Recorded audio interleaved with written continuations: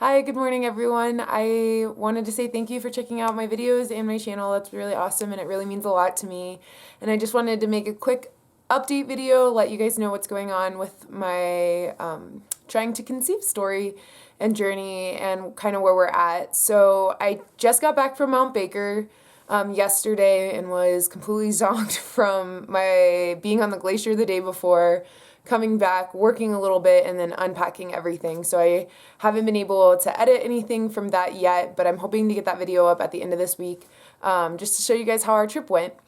And we had a great time. Everybody came back safe, and it was interesting, and I just can't wait to show you guys that through what I captured.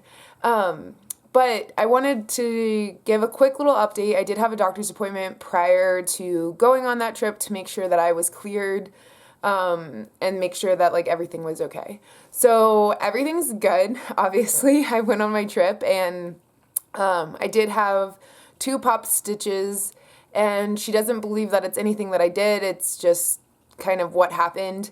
But all in all, my incisions are looking good. Nothing's infected. I got the okay to do everything. We were practicing self-arrest, and that's where you're kind of going down on your stomach or practicing falls and how you rescue, and none of the twisting or sliding or falling bothered my incisions at all, which was really awesome. And that's the same with my teeth. They did not act up at all. I haven't gotten a checkup or seen my dentist yet, but I had no issues eating anything that was given to me that they prepared, the guides prepared, or anything that I had taken myself. My intake was awesome on the mountain and it felt great. But that is not what I'm here today to tell you about. That's for the other video, but I'm just so excited and on cloud nine. We did kind of get some bumming news. It wasn't completely unexpected, I guess, but it wasn't exactly what was told to us prior to the procedure. So, it was a little bit hard to swallow, but I think I'm doing good now. I know Travis is handling it well, and we're just gonna keep moving forward. So, I got to see pictures of it, and that was pretty gnarly, and just how big, and I just didn't understand how like it wasn't affecting me, like physically affecting me or bothering me for how big it was, but also, it not like this type of cyst not necessarily being a culprit for miscarriage also kind of just took me back a little bit, because I feel like I'm back to not having any answers to the questions of why I'm having reoccurring miscarriages. And so that sucked. We are doing the chromosome testing and some other genetic testings, as well as thyroid and etc. I've gotten my blood drawn. My husband's going to get his done soon. And it's not really a big rush, because we were told prior to the procedure that we'd most likely only have to wait 1 cycle, and then we would be given like the green light to continue on to try for our first child.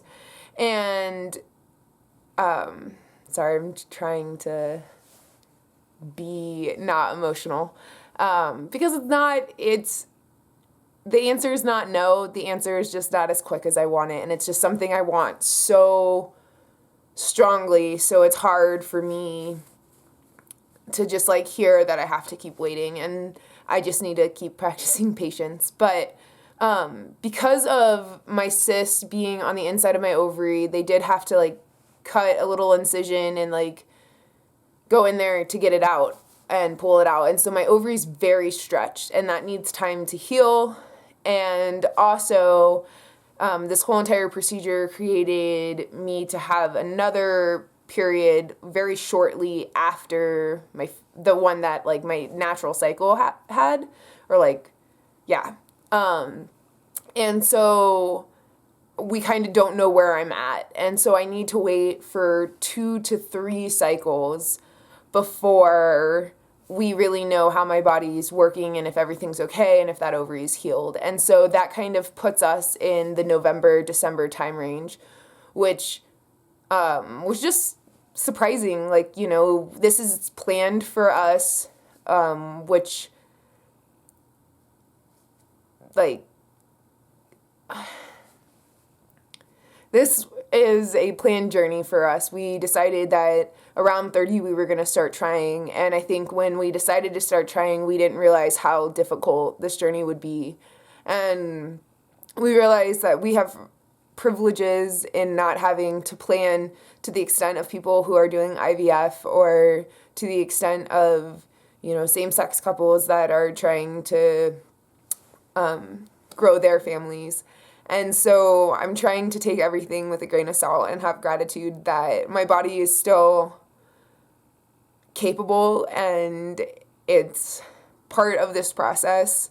And I think this weekend was wonderful for me to just reconnect with my body and know that I'm strong, and to be 3 weeks post-op, and like 3 weeks post-op, and just what I did and accomplished this week or this weekend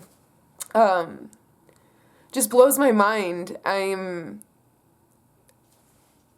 someone who hated their body for so long and worked against it, and it's awesome to see that, like, I can listen to it, I can recover in a way that's healthy for me. I give to it and it gives back to me, and I know it's going to be okay, and I know my body's going to heal, and I know that I'm going to have a viable pregnancy. I think I am just not a very patient person, which is crazy because I can slog up a mountain doing the same thing mindlessly for hours and hours starting at midnight, but to wait and be patient with this is very hard for me. So yeah, that's kind of my update right now. I hope to have a more fun and lighthearted video up at the end of this week, if not early next week. And yeah, I just want to say thank you so much for watching these and supporting me, and I hope that you have a wonderful day. Bye.